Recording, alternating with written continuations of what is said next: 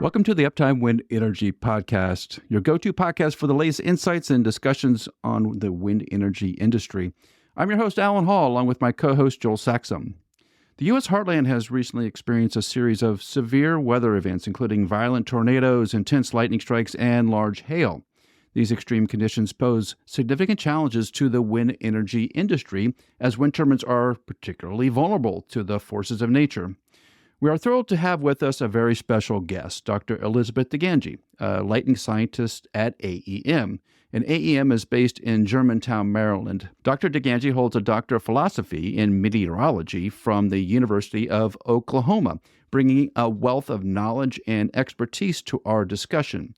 In this episode, Dr. DeGangi will share her insights on the recent severe weather patterns, the findings of the AEM 2023 United States Lightning Report, and the potential impact of these storms can have on wind turbines. She will also discuss the measures wind farm operators can take to mitigate the risk associated with severe weather and ensure the longevity and efficiency of their turbines. Whether you're a wind energy professional, a meteorology enthusiast, or simply interested in the intersection of weather and renewable energy, this episode promises to be both informative and engaging. Join us as we explore the challenges and opportunities presented by severe weather with the wind energy industry with Dr. Elizabeth DeGangi from AEM.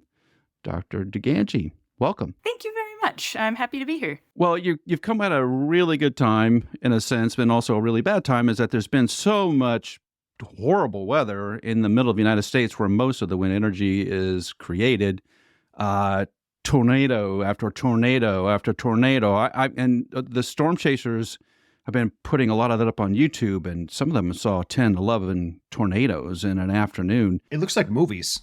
What drives the quantity of tornadoes like we just saw? Is that something special about the storm, or is it just a confluence of independent actions? It's something special about the storm environment.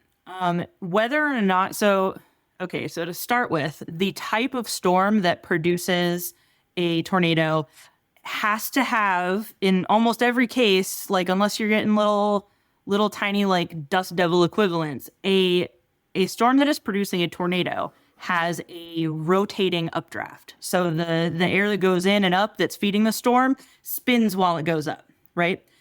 And that helps the storm achieve what we call a quasi-steady state. Like it almost behaves like a spinning solid. Like if you had a cylinder that you were just twirling, there's like a similar kind of analogous physics going on, and that helps these storms persist for a long time. Obviously, you can either have isolated supercell thunderstorms that produce tornadoes, which are characterized by these rotating updrafts. These also are the storms that produce the largest hail. They tend to have very, very strong updrafts and a lot of capacity to like make this severe weather. And then you can also get linear or quasi-linear convective systems that get little embedded rotations in them where they can spin up. Like those are the sort of short-term tornadoes that like go for a little bit and they're like an EF1 or an EF2 tops and then dissipate after 5 or 10 minutes. But the line might produce more. So those are kind of the two modes that it happens. But when you have an outbreak like this is like a convergence of both like air, like atmospheric convergence in a literal sense, and just a convergence of so many factors that optimize the whole, like a whole region for tornado production. The two big key things are, well, three key things are heat, moisture, lift. There's a fourth thing, something called wind shear. The heat, moisture, and lift generally are pretty easy to come by in the central plains and of the U.S. In this time of year because you have warmer, moist air from the Gulf of Mexico that kind of comes up into the plains, and then usually that air mass ends up kind of up against a drier air mass to the further west, like from the mountains and stuff. And that's where you get like the term dry line. It's literally like the line where it goes from being humid to dry. And along boundaries like that and along warm fronts, I think this system was probably had a frontal situation going on because there's like a larger scale atmospheric flow driving it. But along these boundaries, that's where the lift comes in because you get convergence of air near the surface, and it's warm and it's moist and it's less dense than the air it's coming in contact with, so it goes up. The wind shear is the thing that makes it spin. Wind shear is just the way the wind changes with height. So if you have winds coming in from the southeast at the surface, and as you go up through the atmosphere, because the things going on at a high level and a mid level are different than at the surface, that wind shifts in a clockwise direction until it is now, when you're up in near the jet stream's flowing like from west to east. And that's what makes it so that the storm can spin, because the air is then turning as it goes up along those boundaries. It's sort of how the wind industry works here. The mere fact that that dry air is coming from the west, and which makes it great for wind turbines, is hitting the Gulf Coast, humidity, boom. That's where the action gets really violent. And that happens. Does that happen only in a particular time of year? Like, you don't see that in December and January. Yeah, it is much more typical in springtime. Usually by mid to late June, you get, in the US here, we'll get like a big high pressure system that kind of sits over the middle of the country.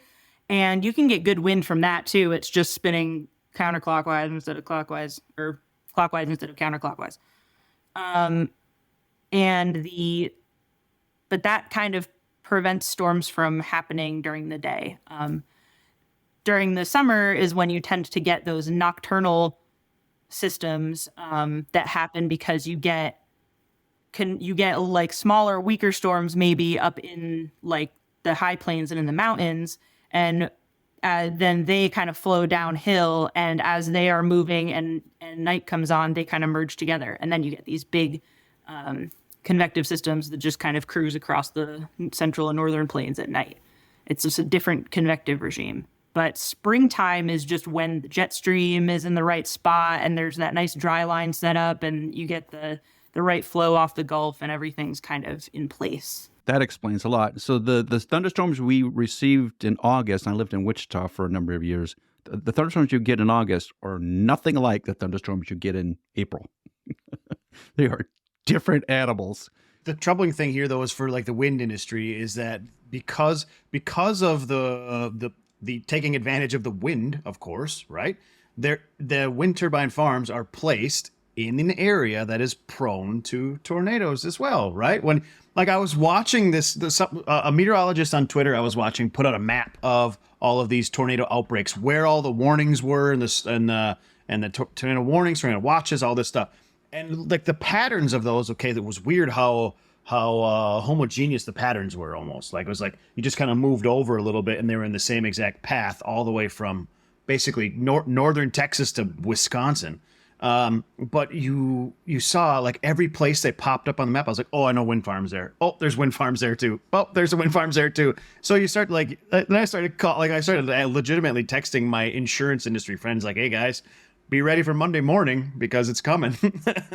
And we should take those alarms that go off and the sirens that go off. And now you're receiving texts from systems like AEM produces that tells you, hey, there's a tornado in the area. You better take action. I know you get a little complacent, especially when we lived in Wichita, weirdly enough, that tornadoes were so frequent that people would just kind of sit on the patio and watch them go by. But that's a bad rule of thumb, right? You should not do that, particularly if you're in a wind farm. You should get the heck out of there. Those are serious, right? I mean, if you were like in and around a wind farm when there was a tornado blowing over, there is a lot of potential very heavy debris that could be slamming into you. Like that's the danger is not necessarily the tornado itself, but what it touches, because whatever it touches, it picks up and throws. And I have been next to a wind farm during a thunderstorm for good reason, not a tornadic one though. But man, I would not want to be hit by like a flying turbine blade. And let's talk about the hail bit, because one of the most damaging things to wind turbines not necessarily is tornadoes, but is hail. And Joel in particular has seen a lot of hail damage in his day, doing root cause analysis damage on wind turbine blades. Hail comes along with these big storms. And most recently, I've seen hail this spring that looks like to be the size of cantaloupes.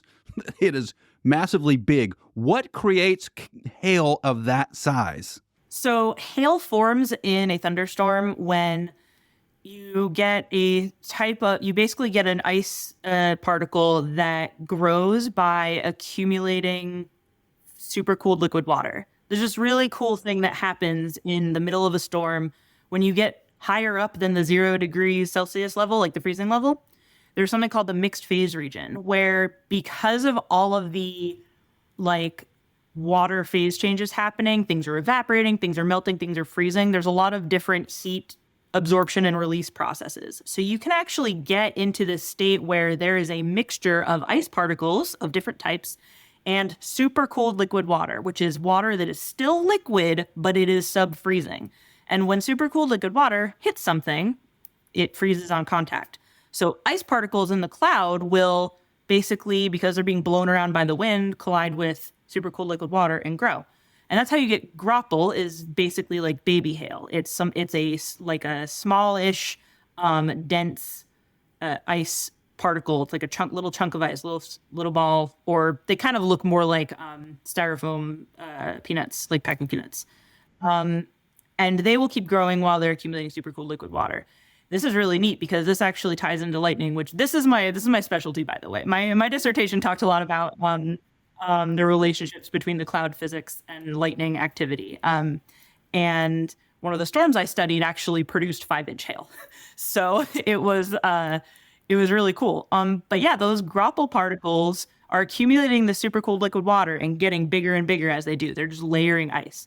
And any like ice crystals that are around that bounce off of them in the meantime, they'll steal an electron from. And then you get charge is building up in the storm at the same time that these hail particles are growing. Those two processes are very closely related, which is why we've actually observed in the scientific community in general that lightning total flash rates are very well correlated with hail. If you get a sudden surge in lightning, you're probably seeing some hail growth. But the really important thing about how large the hail gets depends on how strong the updraft is.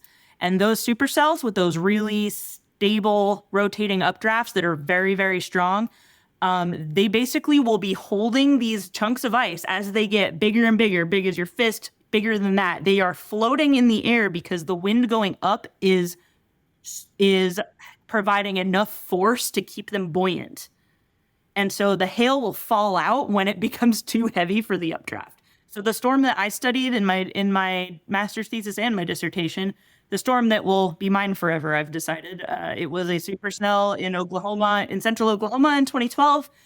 It produced 5-inch hail late in its lifetime. Early in its lifetime, we sampled it with multiple mobile radars and some in-storm ballooning and stuff. And the updrafts that we calculated from the two radars looking at it at the same time were more than 60 meters per second. So that's like, I think roughly translates to like over 100 miles an hour. Well over 100 miles an hour. Yeah, I'm being conservative because I don't remember the conversion off the top of my head, but it is, yeah. So that's like how fast that's going up. So yeah, that's what can hold a baseball-sized piece of ice, many of them, in the air that long.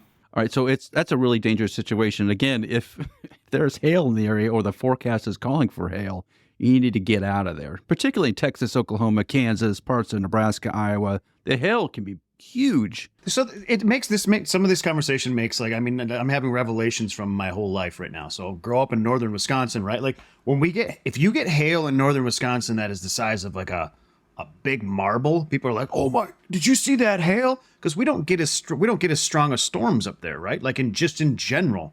Oddly enough, my high school was called the Hayward Hurricanes. We don't have a whole lot of hurricanes in northern Wisconsin. No. So yeah, but you talk to people like, "Oh, that one we saw some that were the size of a quarter." If you see like hail the size of a quarter down in like northern Texas or Oklahoma, they're like, "Yeah, just another storm." Like it's not that big of a thing. But you do. Yeah, then you see the pictures where people are like holding baseball-sized hunks of ice, you know? Probably one of the bigger killers in weather is lightning. And we just talked about graupel being the source of that, ice particles floating up in the cloud and circulating around, creating charge. Yeah, that's a complicated process. We still, I'm tossing it out to you. You're the expert. I know from the research on the engineering side, we really don't know how lightning is even created in a cloud. It just kind of happens. It's something that's still kind of up for investigation in the details of it are up for investigation in the lightning research community. But the sort of general thing is that when I talked about this charge exchange, I was kind of teasing a little bit there. So when all these ice particles are flying around in the cloud and crash into each other, and it's, under certain temperature conditions, whatever, they exchange electrons between different size and like density particles. And then like those little smaller ice crystals that are not as dense and not as big as like the graupel will go floating up to the top of the cloud. And then the graupel is kind of got one charge, like it's stolen an electron, so now it's negatively charged, and it's like a lot of graupel particles becoming negatively charged. And then all these ice crystals are positively charged because they're missing an electron. And they go flying up to the top of the storm, and that's what we call charge separation. And so what you get is like a region of this is a simplification of it a little bit, but you get like a layer of negative charge here, a layer of positive charge here, and for the engineers in the crowd, you basically get something you can sort of model as like a capacitor. So you end up with a very strong electric field that forms in between those layers of opposite charge. And the exact mechanism by which the electric field gets big enough to initiate lightning is still a little bit like it still is sort of subject of research because it's something that happens on so small of a scale that we like can hardly measure it. It's really difficult. But you get some particles that move a little bit too fast in that electric field, and they will locally enhance it to a point where it becomes so large that you get dielectric breakdown, is what it's called. And so the electric field is too much.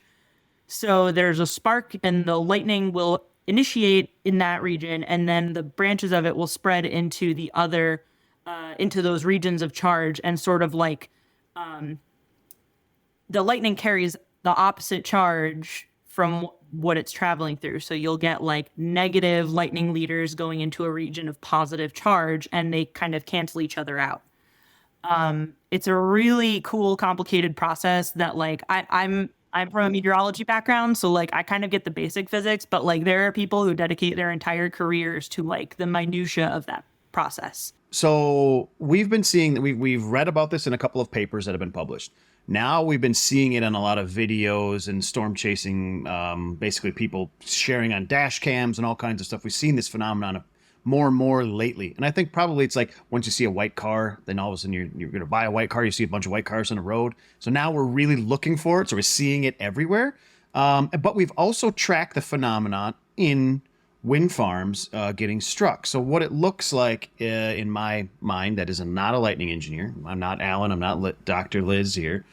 But what we're seeing is as charge builds in the clouds is these large positive strikes around the cloud, like, say 6, 8, 10 miles away. And then subsequent, as soon as that discharge happens, the turbines in a wind farm reaching up with upward leaders and then connecting back to the cloud. So almost like within a tenth of a second or even in 500ths of a second, big charge over here positive and a bunch of smaller, that one might be plus 100 killiamp. And then a bunch of like -7 killiamp charges, -10 killiamp charges, all reaching up from the turbines and connecting to the cloud. How does that happen? Upward lightning, what you're describing, like these things that go up from the turbine blades. Are you saying you see them like connect with the cloud and then have like return strokes? Yeah. So that kind of upward lightning has been documented to be usually preceding in a large discharge in the cloud. So as much as you're saying like you see a positive strike come up miles away, there's still a big in-cloud component. Any cloud to ground lightning that you see starts in the cloud, and there's stuff going on in the cloud while that ground strike is happening. So that stuff going on in the cloud. Now, I just described how, these leaders will traverse charge regions to like neutralize them. What they're not actually getting rid of the charge. What they're doing is depositing new charge. It's really weird. But so because of that, you can get complicated like downstream effects to the electric field in the lower part of the cloud compared with the higher part where this big discharge is happening. So now since this has, it can actually help enhance the electric field locally, further down. And then when that happens, you've also got all this like charge that's been kind of imposed on the ground surface. That's the surface. You get kind of any electrons that can kind of like rising up or pushing down depending on the charge in the cloud. And so your surface is kind of like ready to go. It just needs something.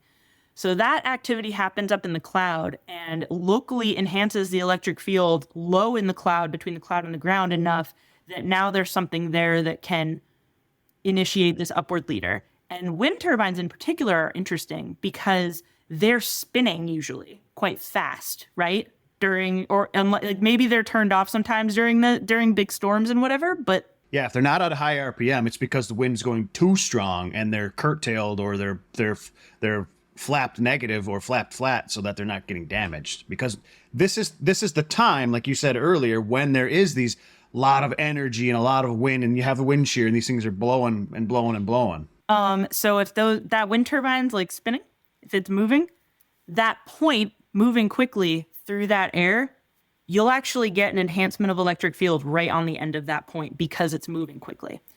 And so that then can initiate these conditions have primed it for this, will initiate this upward leader. And upward lightning is really interesting because it's very similar to downward lightning, but the beginning part, instead of it, you have a leader that goes up, connects with the cloud and whatever charges up there, but instead of having an actual like return stroke like you would see in a cloud to ground strike, it just hangs out. And there's some evidence that it has continuing current while it's doing that. So there's like a constant continuous current flow up and down between in this case, the wind turbine and the cloud. And then after that starts, and then you might get, we call it a subsequent return stroke, then you would get like normal cloud to ground activity. It's almost like there's an upward lightning that sets up this continuing current kind of connection between the wind turbine and the cloud. And then there is, after that, it starts acting like regular downward lightning. And you get return strokes, return stroke, return stroke. It's very weird. So what we're seeing in the field, Liz, is that those upward lightning strikes that are hanging out with that long duration current flowing through them, those are the ones that are causing the bad damages in the field. Those are the ones that are starting blades on fire and burning blade tips off and causing these larger damages. And people are like, and they are kind of at a loss sometimes. Like, why did this happen? And everybody's looking for the 200 killiamp strike. That's what they're like. There has to be one of those super bolts or something. No, that's not what's happening. It's actually that continuing current. It's really interesting that you bring that up because I didn't know that about like wind turbines mostly like having damage from the upward lightning that has that continuing current. But a big subject of research in the lightning community also right now is like what kind of lightning initiates wildfires. And we find that while the soil, like fuel, dry, like how dry it is tends to be more important than the lightning itself, but we hypothesize that lightning with continuing current is more likely to initiate wildfires. And it's for the same reason that it would do all this damage, which is that you have this electrical current flowing without interruption into this thing. It's going to make it really hot and make it maybe explode. And like a regular ground stroke just like hits return stroke, hits return stroke, hits return stroke, but it's like multiple different strike points. It's not just one. So it's, even if it hits the same thing multiple times, the lack of continuity is really critical for that. But so that's what's happening in these wind turbines, right? So like you get that continuing current, and normally, I mean, the down conductor in a wind turbine blade, they're huge. I mean, they're I don't know, 6/0 cable. I mean, that they're 3/4 inches of a wide of cable, right? Yeah, they can handle it, no problem. However, when you sit there and just cook on one with long duration, that's when it gets hot. That's when you can actually ignite the resin systems or the matrix, the balsa matrices or whatever that's inside that blade. And that's when you can run into these massive catastrophic failures.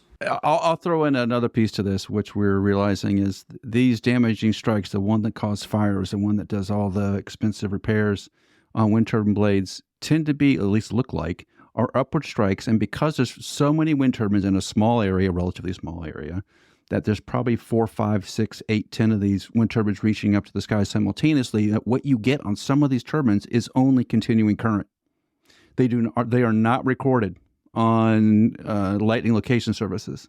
It's amazing to see it. Yeah, when you don't have that return stroke, you don't have like that. There's no major electric field change happening when you don't have the return stroke. So yeah, that would explain why those aren't always picked up. So when operators call Joel and me and say, hey, it looks like we had lightning damage, but the lightning location service doesn't record anything, that's why. It's because, like Liz has described here, it has mostly to do with upward lightning, and because those systems are not set up to pick that up, it's almost impossible to pick them up, that continuing current up by itself with a remote sensor like the lightning services use. Continuing current is very difficult to measure. There are a lot of researchers who have looked for ways to do it, and there are a few ways to go about it, but it usually requires some pretty sophisticated, like, expensive equipment. And so like the Earth Network's Total Lightning Network that I work with at AEM, it's a global network, which is great. We can detect lightning all over the world in real time, and we can classify it as cloud to ground or in cloud, and it's really fun to work with. But the basic like concept that behind the detection that we do, and which most mid to long range lightning detection systems do, is that we're actually picking up on radio waves that are emitted when there's like a strong current, like a strong surge of current that's like abrupt, that changes the electric field where it is, and it sends out these waves. And now lightning emits all kinds of radiation, but the radio waves are the ones that can travel very far. So like, like your AM radio, your ham radio stuff, it's the same kind of idea. And so that's what we're picking up on. But yeah, these upward strikes, if they're not doing that, they're not surging, they're just they just have current just smoothly flowing, and they're not really making like a localized electric field change. If that upward strike doesn't initiate an actual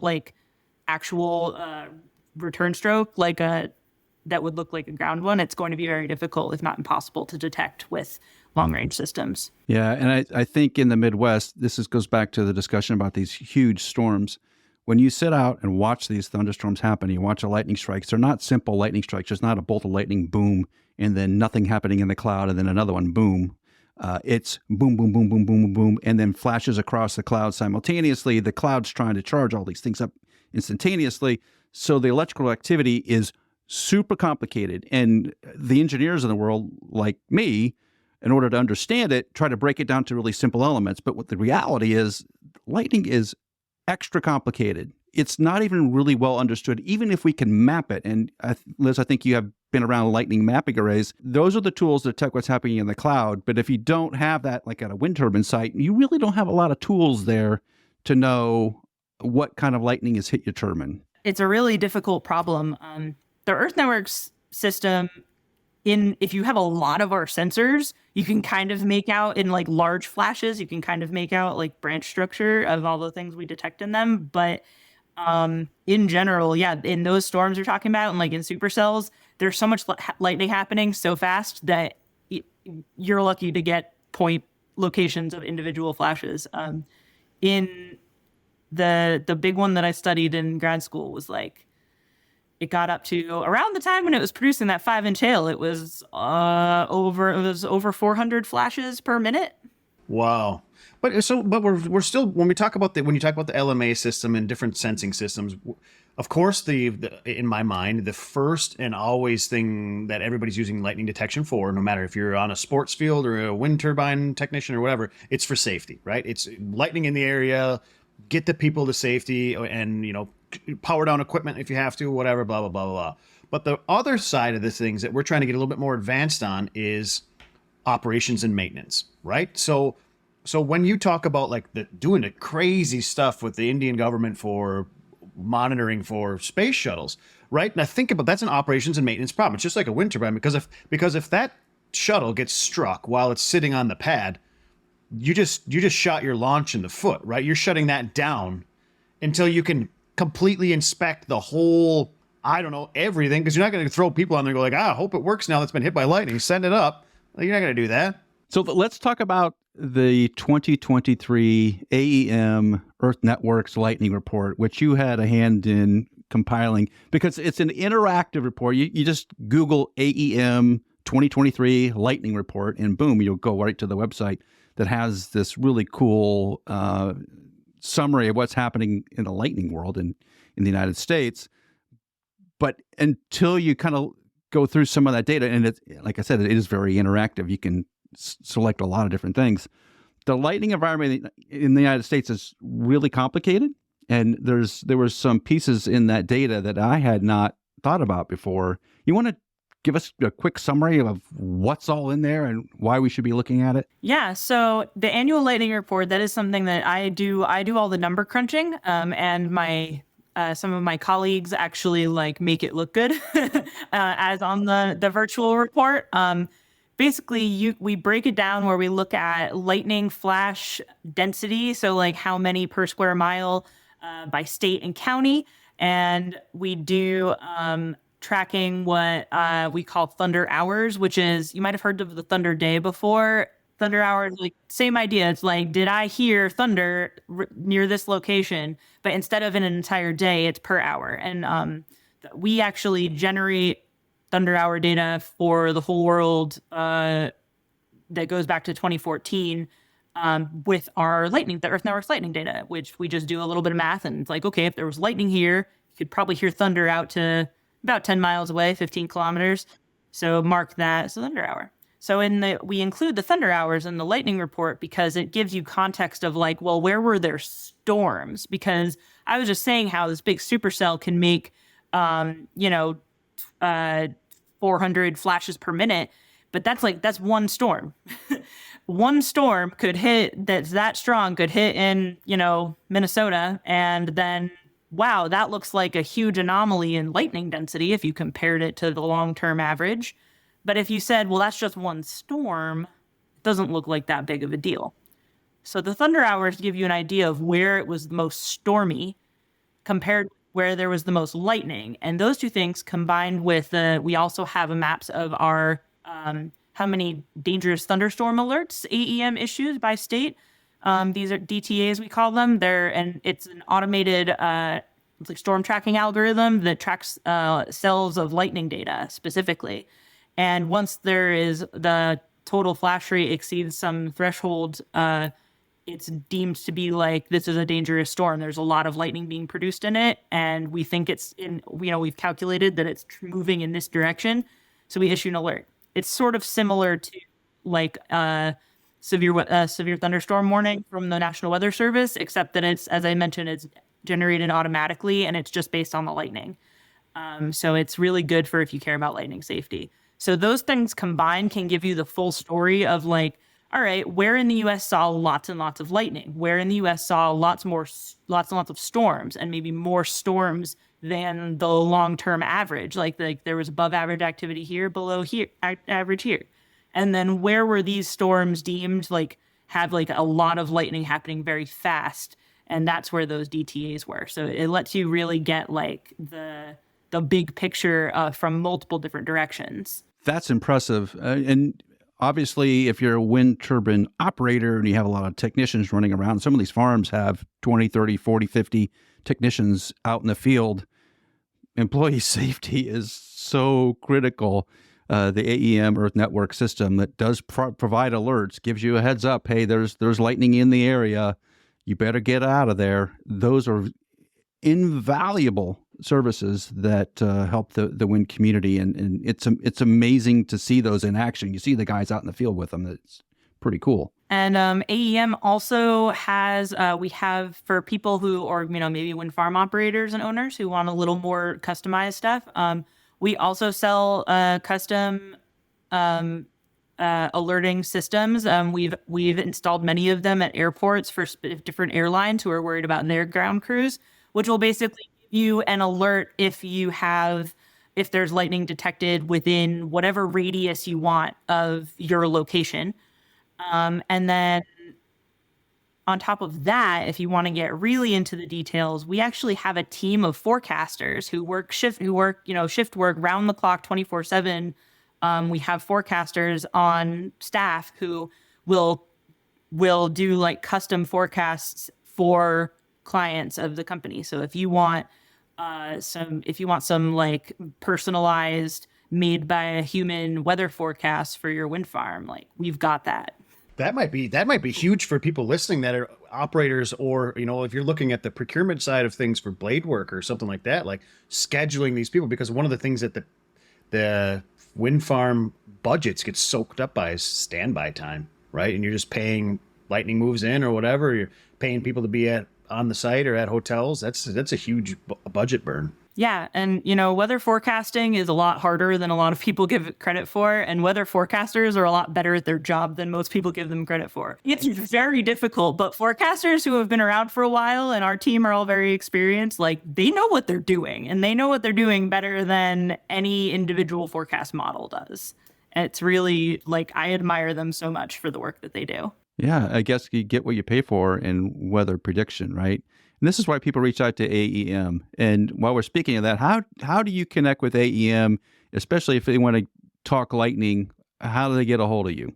Well, if you go to the website, aem.eco, there is like in the contact us, like there's a form you can fill out of just, want to know about a thing. We also have a pretty active LinkedIn page where the fine folks in our marketing department make sure to keep everyone who follows up on, what we're up to, because the company does a lot more than just lightning. We also do like flood alert monitoring, wildfire alerting monitoring, stuff like that. It's really kind of all encompassing from a lot of different types of hazards. And we're really as a company, we are genuinely really dedicated to the safety side of it and to understanding these things more. That's why they have research scientists on staff, and as a research scientist, there's a much more genuine concern about these things here than I maybe thought there would be when I left academia to come into the private sector. It's been really nice, honestly, to experience. It's a really great place to work, and a lot of very knowledgeable and skilled people in it. Liz, this has been great to have you on the podcast. I've learned a lot. I know Joel has learned a ton about lightning and storms, and it's fun. I know it's fun to talk about lightning. So we want to have you back. So we're going to invite you back, especially as the storm season progresses. But thank you so much for being on the podcast. Yeah, I'd love to come back. Thank you for having me.